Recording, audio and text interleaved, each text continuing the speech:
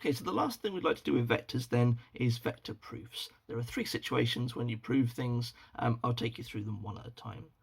So to begin with, the first type of proof involves midpoints. Suppose in the setup here I've got M and I suspect that M is the midpoint of the line AB. I wish to prove that M is the midpoint of the line AB. One possible strategy you could employ is to work out the vector A to M with little letters, work out the vector M to B with little letters, and hopefully you get the exact same answer. So if AM and MB are identically equal, same resultant, then you can conclude that M is indeed the midpoint of AB. Another option available to you is this instead. You could work out AM like we did before, but also work out A to B, and you should find, if M is the midpoint, that the jump A to M is exactly half of the whole jump A to B. Okay, that would be one way of proving midpoint as well. There's no reason why you must use the first half of the line. You could do the same trick over here. You could say that M to B is exactly half of the whole jump A to B. That would also work as well. So when I say work out AM, work out AB, what I mean is express them with little letters, the lowercase letters, and then you should find these relationships. If you do, then that's sufficient evidence that M is the midpoint.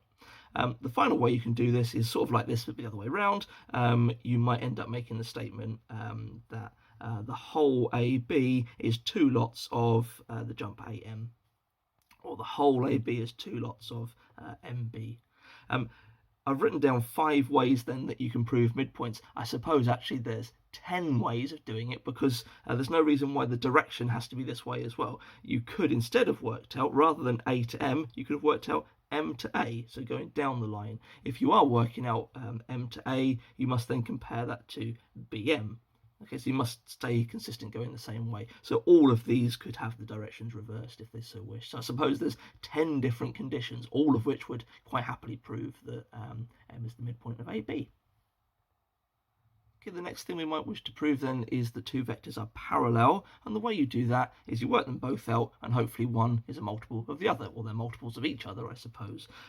Some examples.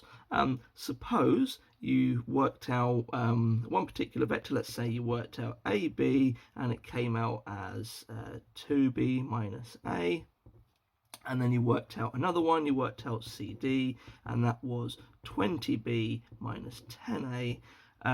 You could then make the statement, I suppose either way round, you could say that, oh look, my AB is just 1/10 of my CD, or you could make the statement that CD is 10 lots of AB. And whenever you can do this, whenever you can say one vector is a multiple of another vector, one vector is a multiple of another vector, that's enough to prove that they are parallel. You've even got a symbol for this. So to say AB is parallel to CD, you can write AB is parallel to CD. You don't have to do that in English if you prefer.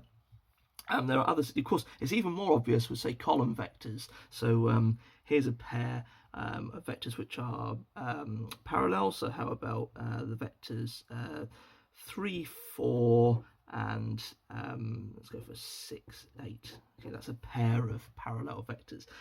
Be careful with negative multiples. They don't really count as parallel.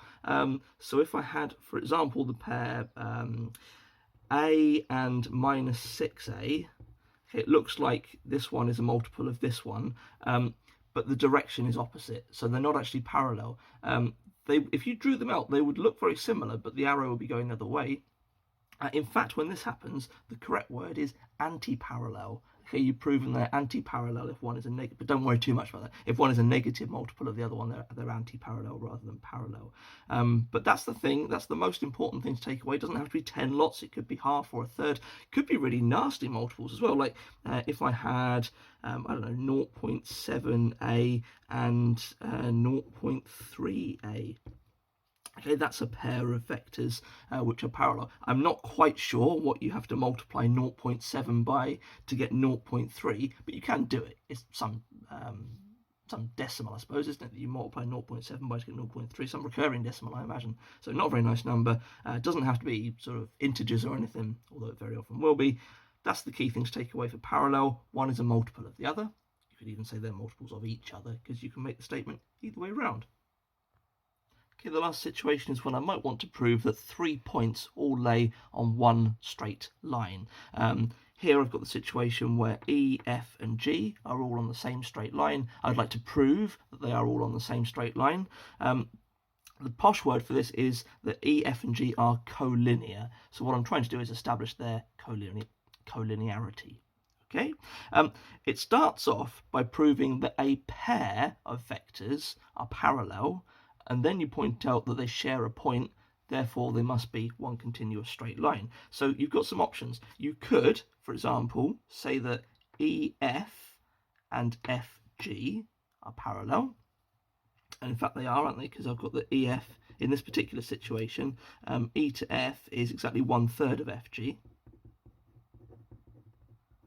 Or of course you could say that FG is 3 times EF, that's fine as well. So that's one pair you could consider.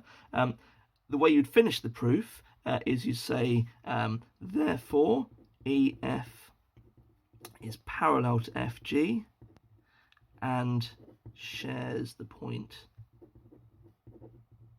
F in this case. Therefore EF and G are collinear. So that's the condition. You must have that a pair is parallel and shares a point. I don't know if I'll be able to do this under the camera sort of setup that I have at the moment. If I've got enough, it's a bit awkward. But think about it. So at the moment I've got my pen and my pencil. I'm trying to hold them so they're parallel. If these were infinitely extended, they would never actually meet.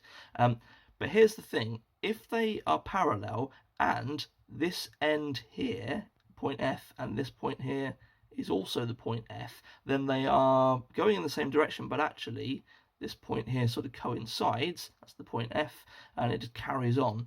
So difficult to explain exactly what I mean. It's easier when I'm in my classroom and I'm not constrained with the particular setup with the camera and so on. But that's the idea. If two vectors are parallel and they share a point, then they are all going in a straight line. This wasn't the only pair you could have chosen. You might have noticed, for example, that E to G, so that's taking the entire line, that would be, well, E to G is 8A, isn't it? So that would be 4 lots of EF. And it would go on the same. You say, well, therefore, EG is parallel to EF, and they share the point E.